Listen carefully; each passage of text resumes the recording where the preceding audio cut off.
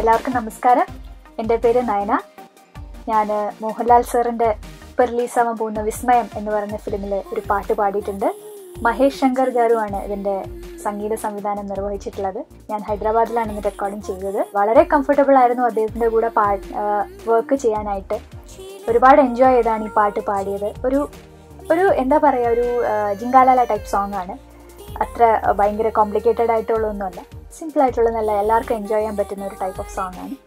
ഈ ഫിലിം റിലീസാവാൻ വേണ്ടി ഞാൻ ശരിക്കും ഈഗർലി വെയിറ്റിംഗ് ആണ്. കാരണം ഇത് തെലുങ്ക്, തമിഴ് ആൻഡ് മലയാളം, ഇത് 3 ലാംഗ്വേജിലും എടുക്കുന്ന ഒരു ഫിലിമാണ്.